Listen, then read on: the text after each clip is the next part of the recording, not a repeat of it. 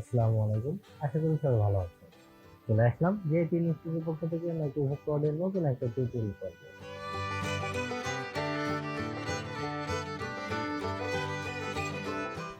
আজকের টিউটোরিয়ালে আমরা শিখব মাইক্রোসফট ওয়ার্ডের ডকুমেন্টস লেখার জন্য টেক্সটটা কিভাবে বড় এবং ছোট করতে হয়। আমাদের সুন্দরভাবে ডকুমেন্টসটা উপস্থাপন করার জন্য ফন্টটা বড় ছোট করার প্রয়োজন হয়। তো চলুন শিখে নেওয়া যাক কীভাবে মাইক্রোসফট ওয়ার্ডে ফন্ট বড় ছোট করতে হবে।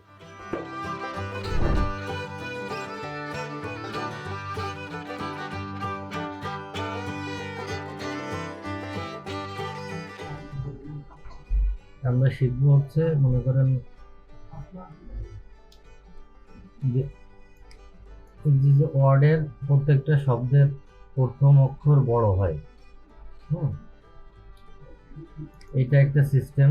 আর একটা হচ্ছে প্রত্যেকটা একই রকম হবে। যেমন আমি এই যশোর আইটি দিয়েই দেখাই, হ্যাঁ,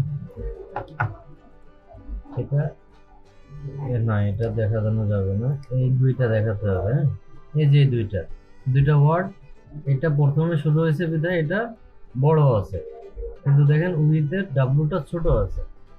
কারণ আমি প্রত্যেকটা ওয়ার্ডের প্রথম লেটারটা বড় দিব। তখন আমরা সিলেক্ট করবো, ধরেন পুরোটাই সিলেক্ট করলাম। হ্যাঁ, করার পরে এই দেখেন এখানে এ ছোট এ দুইটা দেখাচ্ছে। আমি এখানে যদি ক্লিক করি, দেখেন এখানে যে আপার কেস লেখা আছে, আপার কেস দিলে কি হচ্ছে দেখেন, সব বড় হাতের হচ্ছে সব। লোয়ার কেস দেন, লোয়ার কেস দিলে কি হচ্ছে, সব ছোট হাতের হচ্ছে। এরপরে নিচে, তারপরে আপার কেসের নিচে দেখেন আছে ক্যাপিটালাইজ ইচ ওয়ার্ড, ওইটা দেন।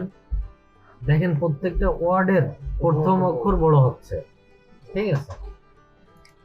এরপরে আপনি এই যে টগল লেখা আছে লাস্টেরটা, টগল কেস। টগল কেস মানে হচ্ছে প্রত্যেকটা ওয়ার্ডের প্রথম অক্ষর ছোট হবে, বাদ বাকি সব বড় হবে। কিন্তু টগল কেসটা আমাদের লাগে না কোনো কাজে। আমরা প্রথমটা দেখেন সেন্টেন্স কেস আছে, সেন্টেন্স কেসে দেন, শুধু প্রথমটাই বড় হচ্ছে আর বাদ বাকিগুলা ছোট হচ্ছে।